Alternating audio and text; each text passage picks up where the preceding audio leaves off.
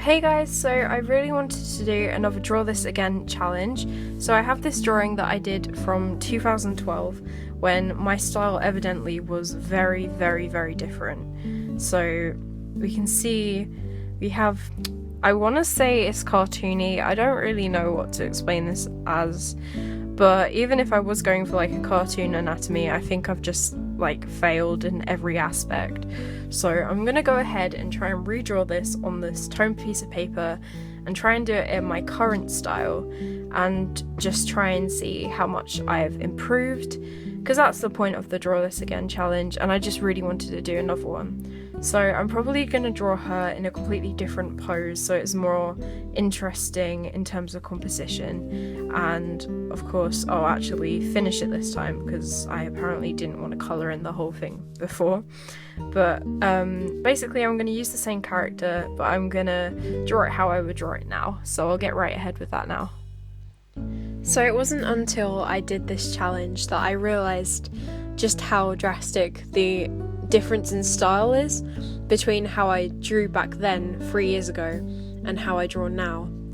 But I just thought it was really interesting because one of the first things I did was I wanted to keep the pose the same in the new drawing, but I thought, how can I make this more interesting compositionally? So I had her in the exact same pose, but we're looking at the character from a different angle entirely. So we're kind of looking from the side, but she's still maintaining eye contact.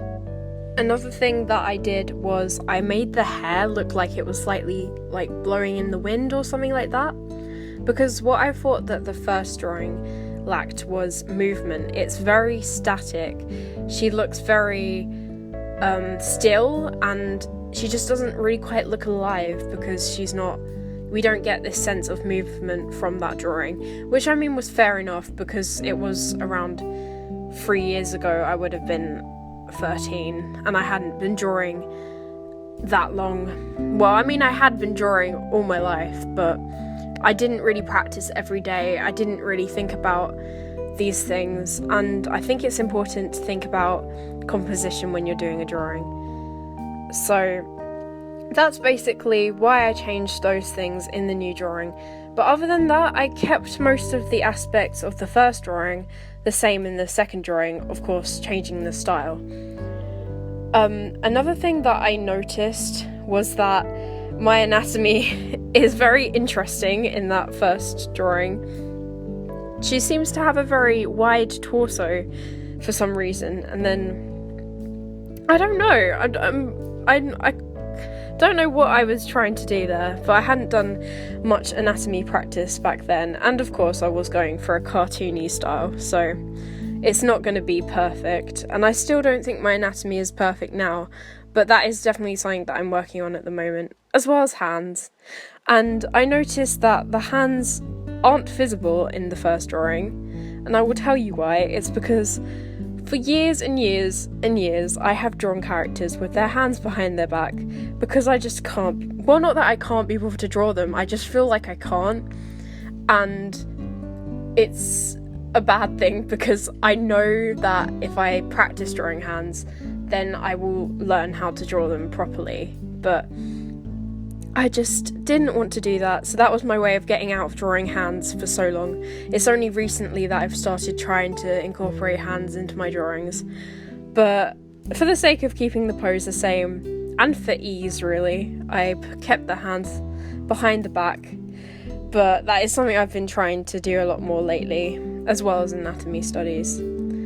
I did use my new Prismacolors for this drawing because I actually haven't used them at all yet. I got them for Christmas.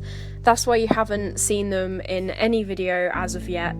But I will hopefully be using them in more videos if you guys like, well, drawings with coloured pencil as well. I do really, really recommend Prismacolors. I think everyone who has Prismacolors probably does, because in comparison to every other colouring pencil that I've tried, none of them quite layer and blend the way Prismacolors do for me. But I haven't actually tried every single brand of colouring pencil, but from what I've tried, I do really like these, and these are definitely my favourite that I've ever used. I just found them really fun to work with, and also I wanted to use toned paper, whatever you want to call it, for this drawing, just to make the colours from the colour pencil pop. And I was slightly worried, obviously because I hadn't ever used these Prismacolors before, that putting them straight down onto a toned piece of paper would make the lighter colours be less visible. I didn't think they would be quite so pigmented. So I was really pleasantly surprised when I saw that they maintained their bright colours on this tanned paper. And you can see right now as I'm doing the skirt, the light grey of the skirt is very bright. So I was really happy with that. I think when you compare the two drawings side by side like this, I do think you can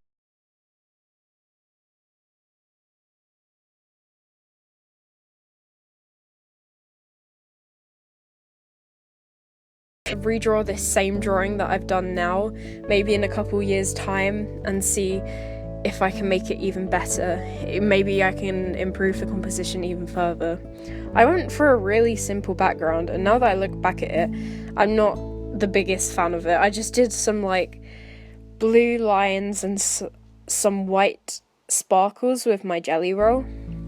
But then again, the focus of the piece was on the character and not on the background, really, because I didn't do a background in the first one anyway, and I just really wanted to see how the character would change if I drew it again.